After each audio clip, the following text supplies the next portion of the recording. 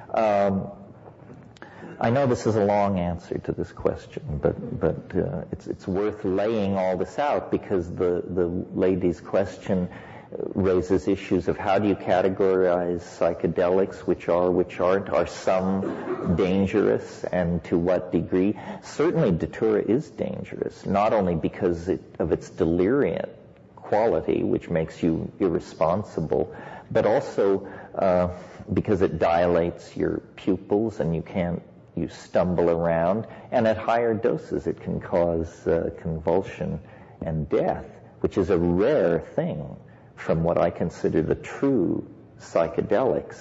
There is, if we want to take an excursion here for a moment and learn a little pharmacology, there is, if you're going to talk about pharmacology, there's one concept that you should get straight, and that's called LD50. It means lethal dose 50. What does this mean? Well, you have 20 rats, and you give them a certain amount of, let's say, mescaline. When half the rats die, that dose, expressed as milligrams per kilogram of body weight, is called the LD50. And when pharmacologists assess the danger in a drug, they ask the following question: what is the ratio of the LD50 to the effective dose? And if the LD50 of a drug is only 20 times the effective dose, that's considered an incredibly toxic, dangerous, and dubious drug. A good drug is a drug where the LD50 is 200 times more than the effective dose.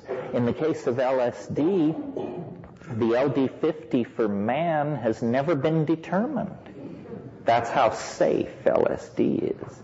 And we're talking about lethality here, not, But so and so people say, well, are there unsafe psychedelics? And yes, you just look up the LD50s, line them up, and see which have the better ratios. By that measurement, by that standard, LSD is the most desirable. But the LD50 of psilocybin is very impressive.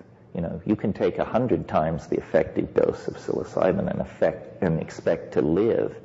Mescaline, not. Mescaline has a bad profile. As an amphetamine, if you took 20 times the effective dose of mescaline, you would probably die. Of course, an effective dose of mescaline is nearly a gram of pure material, 700 milligrams. If you took 20 times 700 milligrams, you would be taking almost a complete, nearly 2/3 of an ounce of mescaline. And why should you survive? After all, stupidity does have consequences. But really, people always ask the question, are psychedelics dangerous? And they mean physically dangerous. What should be said, and it's recently been pointed out to me that I don't say it very often, is that the biggest danger with psychedelics is that while you are in that open state, some moron will mess with you and either lay a suggestion or plant an idea or manipulate you or scare you or turn you in a way that you wouldn't ordinarily go. And this is why psychedelic etiquette means knowing your tripping partners. People who take psychedelics with strangers at high dose do come back with wild tales to tell, but I don't think you can do that over and over again without having some horrible thing befall you. My mind is not... some people seem more resilient. I am not. People often ask me to trip them. And I won't, and it's not because of concern for the legal system or the fact that I am not licensed for psychotherapy or any of that. It's because I can't stand it when people come apart on psychedelics. I am, if you're interested in this subject or if you share my sensitivity, read Carl Jung's little book called On the Psychology of the Transference. And then you will understand. In fact, that should be a standard tome for trippers. Understand the transference. Understand what it is, how to fight it, and this is psychic martial arts. Your psychic health will be immeasurably improved by understanding the dynamics of the transference, which is quite simple. The book is not that thick. Now to answer the lady's question, when I took Datura, I had reality distorting strange, and if I had been a personality of a different sort, I might have followed it deeper, but it appeared to me to be ambiguous and evil. Not evil, maybe evil. What happened to me was, this was in Nepal years and years ago. Nepali shamanism is based in part on Datura, the taking of the seed capsules.